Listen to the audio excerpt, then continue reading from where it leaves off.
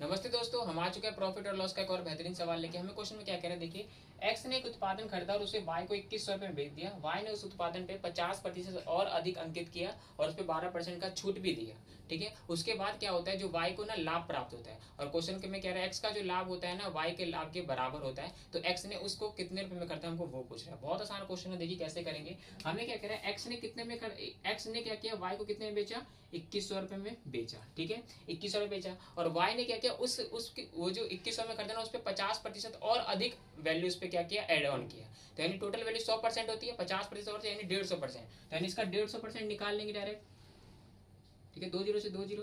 अब 15 कम 15 और यहाँ से लगा 31 यानी हो गया आपका 3150 रुपए क्या क्या इस पे अंकित किया। 3150 रुपए क्या हो जाएगा, ये एमपी हो जाएगा। और एमपी के बाद क्या क्या, 3150 पे इसको 12% की छूट दिया। 12% की छूट यानी टोटल 100 होती है, 12% की छूट देगा यानी 88, यानी 88% में क्या होगा, इसको बेच देगा। ठीक है, 88% में इसको बेच देगा।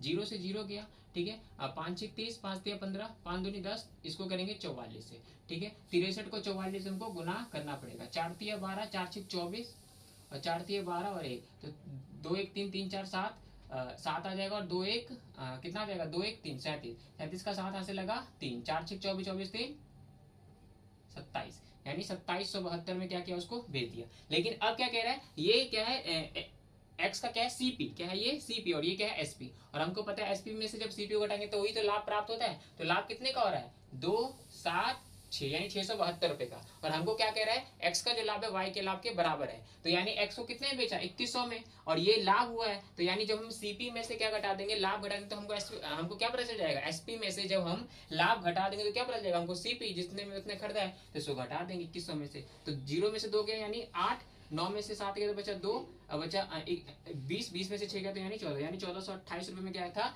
एक्स ने उस वस्तु को खरीदा और ये इस वस्तु की कीमत भी